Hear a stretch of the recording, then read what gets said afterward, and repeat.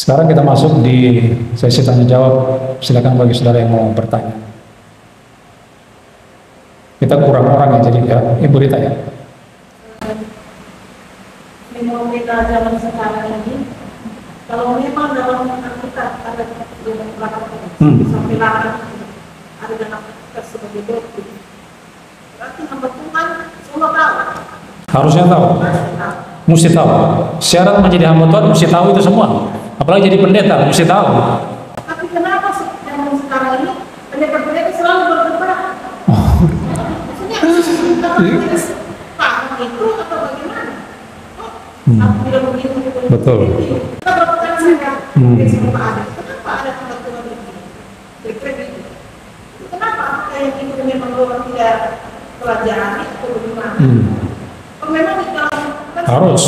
semua ada di dalam Tuhan yang Ada. Berdebat. Kan Ibu Rita ada kirim sama saya tuh Franz Donald kan. Dia bilang Trinitas itu tidak ada di Alkitab. Itu hanya dogma gereja. Itu kan Ibu Rita terakhir kirim itu. Lalu dia sudah berdebat Pak. Dia pernah berdebat dengan orang-orang Kristen, termasuk Pak Beni Irawan dari Unitarian juga. Pak Beni pernah berdebat dengan pendeta Welly Pandemsola. Waktu itu saya moderator antara dia pernah datang ke Pak Elektron Tinggi seminar Pak Welly. Dia berdebat dengan Beni Irawan. Nah, Beni Irawan dari Unitarian. Tapi kenapa dia berbeda dengan Pak Welly Pandemsola? Karena itu bicara tentang penafsiran terhadap teks. Jadi penafsiran antara hamba Tuhan yang satu dengan yang lain itu berbeda. Jadi kenapa berbeda? Itu terkait dengan penafsiran, sistem penafsiran. Misalnya kalau yang Ibu Rita kirim ke saya, Franz Donald atau Unitarian, mereka bilang Yesus itu bukan Allah. Sama dengan Pak Era Susabdono, Yesus bukan Allah. Ayatnya mana? Banyak sekali orang bilang. Matius, Markus, Lukas, Yohanes ada. Kenapa? Karena Yesus lahir. Yesus kan lahir. Masa Allah bisa lahir? Tidak mungkin. Berarti dia manusia. Lalu dia bertumbuh dewasa, semakin bertambah hikmatnya, dia lapar, bahkan mati di salib. Oh, berarti manusia. Dia bukan Allah. Kemudian Yesus mereka katakan dicipta. Berdasarkan apa?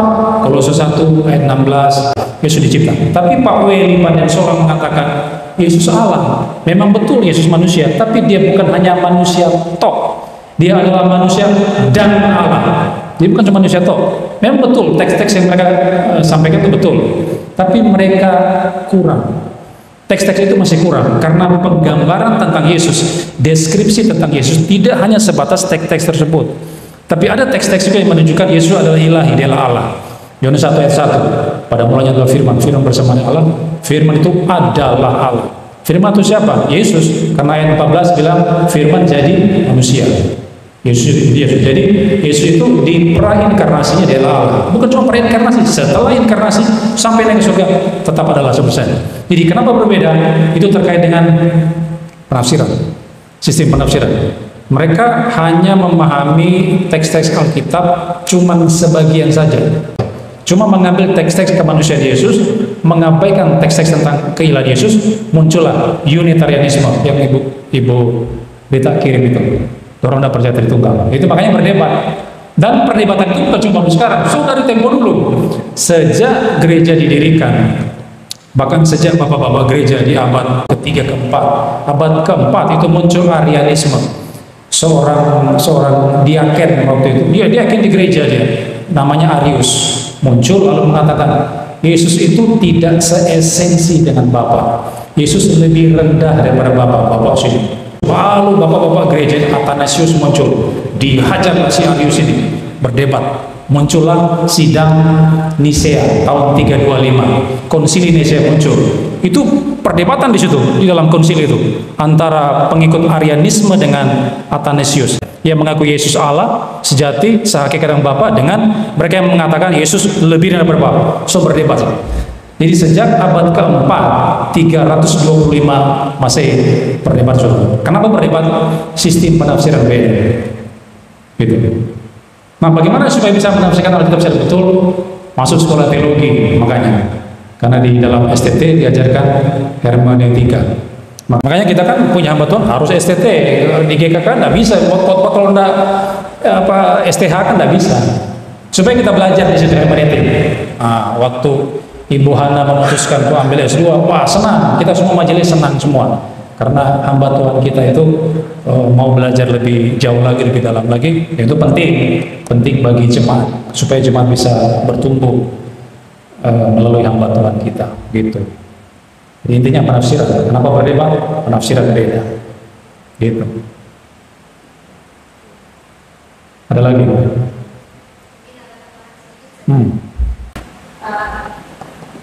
Kan bisa jadi ada sambungan dan pertanyaan juga kedua. Kalau semua pelajaran di STT termasuk penafsiran, kenapa masih tetap beda? Jadi ada beberapa teman saya yang dari Jawa, dia sudah selesai S1, S2, tapi katakan contohnya lah bahasa asli. Ada yang bilang bisa terima mata kuliah itu cuma ditampilkan slide baru dibacakan dosen ini, kemudian maju lagi ini, jadi tidak ada lebih mendalam pengajaran mengenai itu. Jadi otomatis bagaimana seseorang belajar, bagaimana dia menerima pengajaran itu juga akan mempengaruhi dalam pengajaran kita. Hanya ada beda-beda, ada yang serius belajar, ada dosen yang serius mengajarkan, ada juga ya akan sebatas menerima pengajaran. Jadi itu juga yang makanya ada yang mantap dalam penggalian, ada juga yang bingung. Betul. Dan juga tergantung STT-nya. Kita mau masuk di STT yang mana? Kalau STTII mantap, hermeneutika mantap, sistem penafsiran bagus. Tapi ada STT yang cuma 6 bulan katanya. Kalau saudara masuk di STT yang begitu, ya susah kalau begitu. Pasti kacau balau penafsiran. Jadi STT juga mempengaruhi. Kalau kita masuk di STT yang mantap, STTI atau STTAA, Amarat Agung, atau Saat di Malang, itu bagus-bagus semua. Tergantung penafsiran, tergantung dosen yang ngajar, tergantung orangnya mau serius belajar tidak, seperti Bu Ana bilang, tergantung STT-nya juga. Jadi banyak faktor, gitu. Saya kadang-kadang bisa boleh banyak ya, itu banyak perdebatan antara hamba Tuhan ini. Saya kadang-kadang sampai kalau saudara mungkin mereka kita semua, karena apa? Itu mempermalukan sebenarnya. Karena kita yang malu. Apakah malu untuk tidak malu? Dan kan yang terpaksa kalau mengumpulkan media moderator nanti sampai ke itu, yang mempermalukan kita. Maksudnya perdebatan itu mempermalukan. Karena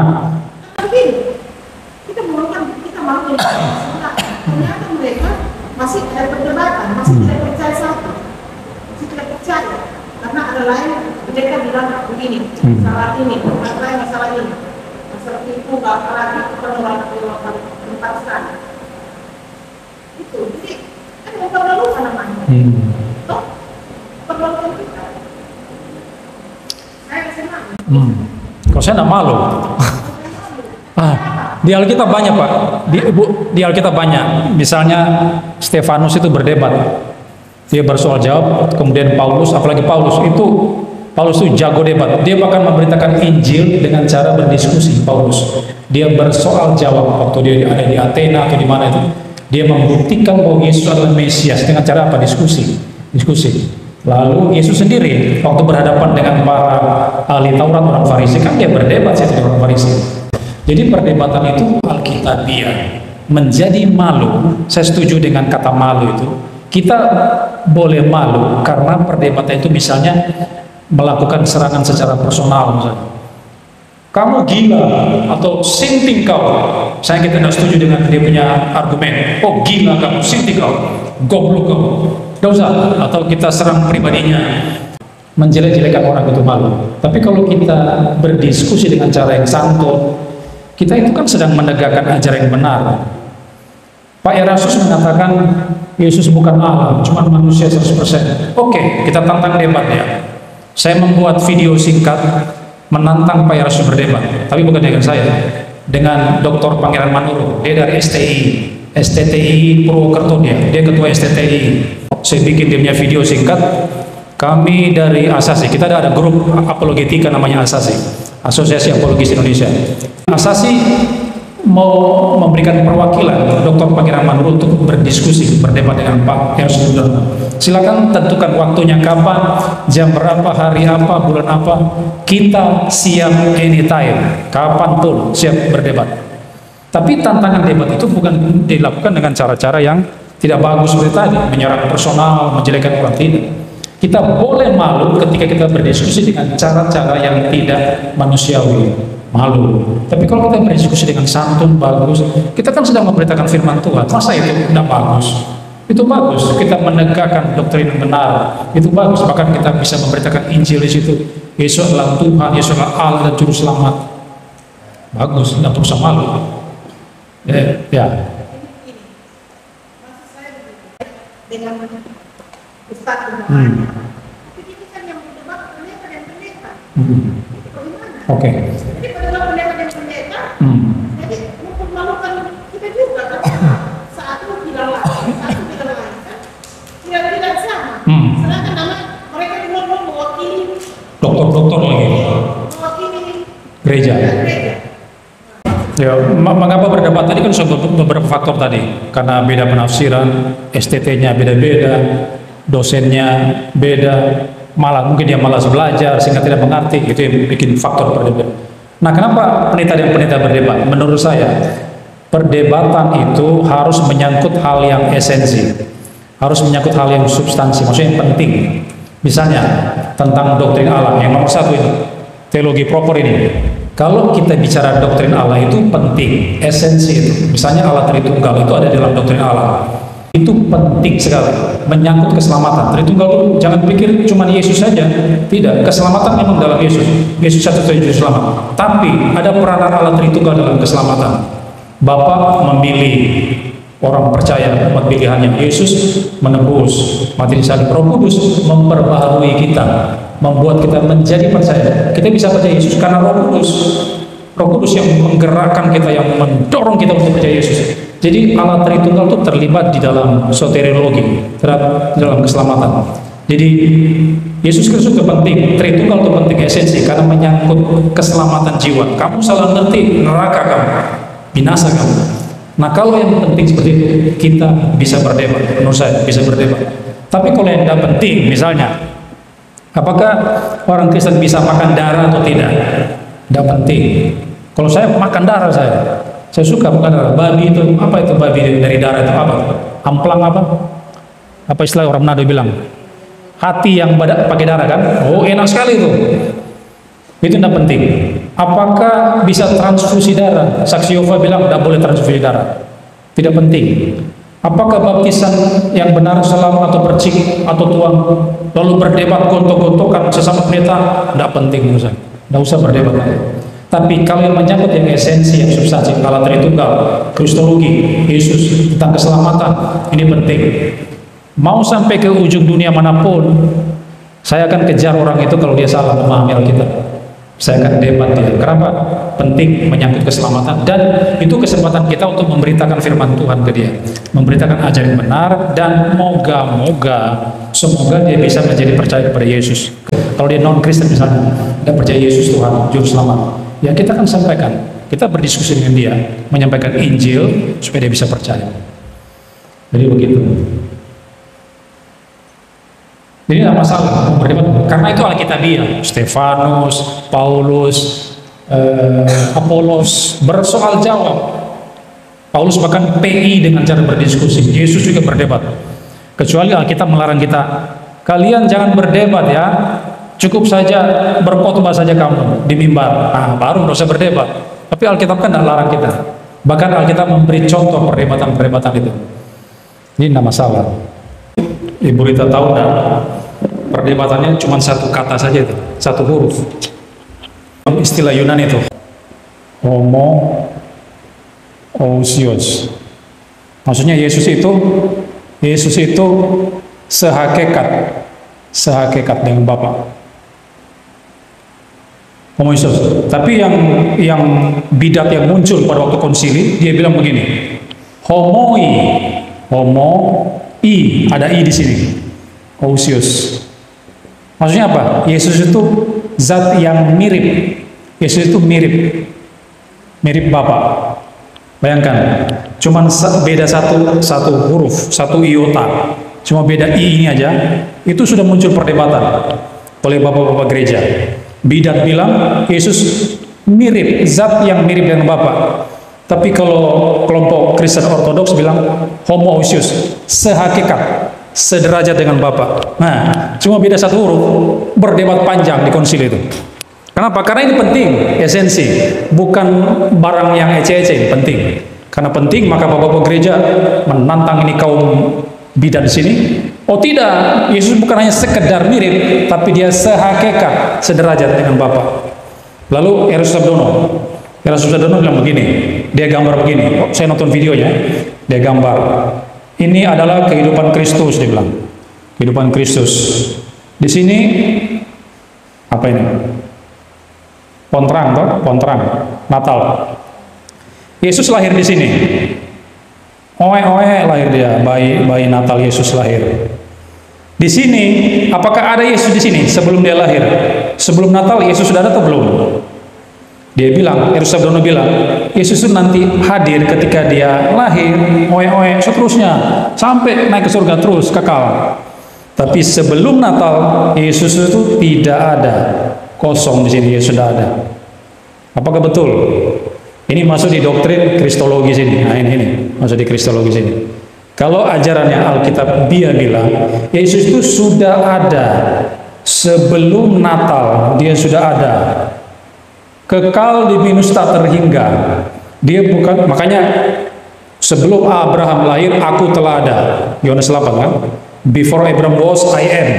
Itu kata I am, itu kata ada, itu ego eimi, itu bukan hanya menekankan Yesus ada 1 tahun sebelum Abraham. Misalnya Abraham hidup tahun berapa? Tahun 2000 sebelum Masehi misalnya.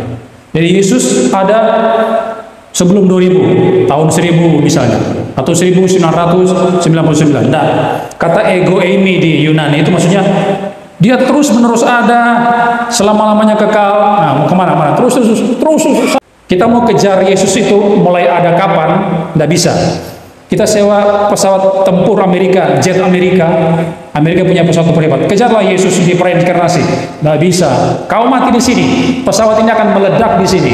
Pam, tidak bisa kau kejar, karena dia kekal di minus tak terhingga. Terus ada. Erastus Sabdono bilang Yesus nanti hadir pada waktu Natal. Di sini tidak ada. Ini ngawur. Kenapa? Dia tidak mengerti doktrin secara benar. Nah, karena ini esensi, maka kita mau berdebat dengan orang-orang ini, bidat ini, sampai kapanpun kamu akan kami kejar. Kenapa? Karena esensi. Tadi Pak Irinus bilang, itu kan demi kepentingan jemaat. Kalau jemaat yang belum mengerti, lalu dengar DP video semacam ini, aduh habislah, terpengaruhlah dia. Salah satu perdebatan fungsinya untuk apa? Mengedukasi jemaat yang belum ngerti, belum paham, kita berikan dengan cara yang betul, yang santun. Jangan caci maki, kalau caci maki ya malu lah kita. Sehingga jemaat bisa dibuat paham, mengerti, sehingga mereka bisa keselamatan jiwa mereka itu terjamin. Karena kalau kita tidak mengakui Yesus ada di sini, cuma ada di Natal, cilaka, neraka kita masuk semua di sini, kita habislah, dibakar. Itulah fungsinya perdebatan, salah satu itu. Pentingnya perdebatan, begitu. Ada lagi, Bu Ellen. Ayo, Ibu Ellen.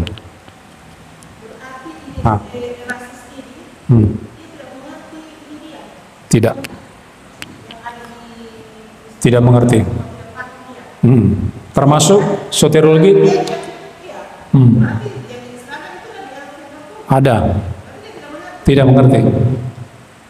Padahal doktor teologi, doktor dia, STH, S2, baru DTH, doktor.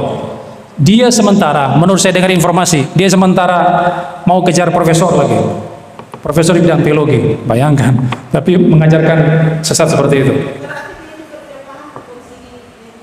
Dia belajar, dia mengerti. Iya. Semua STT mengajarkan sejarah gereja. Ada mata kuliah mungkin itu sejarah gereja, Bu ya, pasti ada. Itu dibahas di konsil-konsil, itu dibahas di sejarah gereja, ada. Pak Erastus juga baca. Cuman kan dia mengacu pada Alkitab yang dia tafsirkan secara salah. Hermeneutika itu sistem penafsirannya berbeda. Atau yang kedua, mata rohaninya itu sudah dibutakan oleh ilah zaman ini. Orang-orang yang dibutakan dengan ilah zaman ini, maksudnya oleh setan. Itu salah satu. Ya, jadi mereka dibutakan, selubung rohani mereka itu belum dibuka, sehingga mereka tidak bisa ngerti. Walaupun so belajar, so SDTH lagi, doktor, tapi tidak bisa. Zaman sekarang media sosial itu banyak, kita harus belajar. Pasti dia tahu. Saya saja orang awam tahu. Tidak sekolah STT. Apalagi dia. Kira-kira begitu. Tapi kenapa bisa dia menunjukkan kok bisa begitu? Apa dia itu paling fatal sekali. Makanya saya bilang, kenapa untuk memperlukan diri? Rasul sebetulnya bilang Yesus Allah. Ya, dia Allah. Tapi Allah yang bagaimana? Allah lebih rendah daripada Bapa. Yang betul Allah. Makanya waktu kita protes kan, Pak Rasul ini bidat sesat karena tidak mengakui Yesus Allah. Dia bantah. Siapa bilang saya tidak bilang mengakui Allah? Saya percaya Allah. Dia sampai pakai meja. Saya percaya Allah. Tapi Allah itu apa? Dia bilang. Dia definisikan Allah. Allah itu adalah penguasa dan sebagainya. Allah yang nomor 2, Bapa nomor 1, nomor 2 Yesus. Jadi Yesusnya Allah, memang Allah, tapi Allah lebih rendah daripada Bapa. Posisinya lebih, tidak sederajat. Yesus juru selamat, kita akan serang dia. Oh, Pak Yesus ini bidat, tidak mengakui Yesus juru selamat. Siapa bilang saya tidak percaya? Yesus juru selamat, tapi cuman PLT. PLT tahu, pelaksana tugas. Misalnya camat kita di sini di Labuan, Pak Arifin lagi berhalangan tugas, diserahkanlah ke wakilnya. Wakilnya menjadi PLT atau pelaksana tugas. Itulah Yesus. Yesus begitu. Yesus memang juru selamat, tapi diberi tugas oleh Yahweh, oleh Bapa. Jadi dia cuma PLT. Juru selamat yang sejati siapa? Bapa. Ya sama saja, berarti Yesus bukan juru selamat lah kalau begitu. Sama, podo aja. Yesus juga Allah, tapi Allah lebih rendah. Mana ada Allah tinggi rendah? Tidak ada. Kita tidak mengenal subordinasi di dalam kealahan. Tidak ada. Allah nomor 1, Allah nomor 2. Ini seperti dewa-dewanya orang Yunani, Zeus. Ada tingkatan-tingkatan. Kita Alkitab tidak mengajarkan begitu. Kalau Allah ya Allah, Allah atau non Allah, Allah atau bukan Allah, cuma 2 pilihan. Tidak ada Allah nomor 2, nomor 3. Nah terkait dengan ini, dengan di sini di Natal sini, Yesus bilang begini, ada videonya tuh. Ini pohon Natal, pohon terang dia bilang. Yesus mulai di sini ada. Terus ada yang tanya ke saya, Pak Yesus bilang, Pak Yesus sebelum Natal sudah ada belum? Ya di sini. Apakah Yesus ada di sini sebelum Natal? Karena Pak Yesus lebih menekankan aspek kehidupan rohani. Yang penting cara hidupmu bagus, berkenan, masuk surga. Jadi waktu kamu tanya apakah Yesus ada di sini, Pak Yesus bertanya begini, untuk apa kalian mau tanya itu? Apa gunanya? Dia bilang, apa urgensinya kamu tanya begitu? Dia bilang. Apa implikasinya itu? Karena Bapak Yesus menekankan ini, implikasi hal-hal yang praktis. Dia tekankan di sini. Tapi yang di sini, gak usah lah, gak usah berdebat kalau beda-beda, jangan sesat-sesatkan orang. Cara hidupmu itu yang lebih bagus, jangan sesatkan orang. Ini dia tidak peduli ini. Dia tekan implikasi. Jadi apa implikasinya? Kamu tanya, Yesus sudah ada di pranatal itu. Apa implikasinya buat kamu? Apa implikasi? Misalnya, oh kita kan lebih menghormati Yesus karena dia adalah Allah yang kekal. Pak Yesus bilang begini, tidak ada. Yesus tidak senang kalau kamu mengatakan dia adalah Allah. Tidak, Yesus tidak senang dia bilang. Jadi apa implikasinya kamu tanya itu? Kenapa? Karena dia lebih menekankan ini. Itu dia punya kesalahan di situ. Jadi kita tidak boleh menekankan salah satu aspek. Doktrin penting, harus kita mengerti. Kehidupan rohani penting, harus kita jalani. Gitu.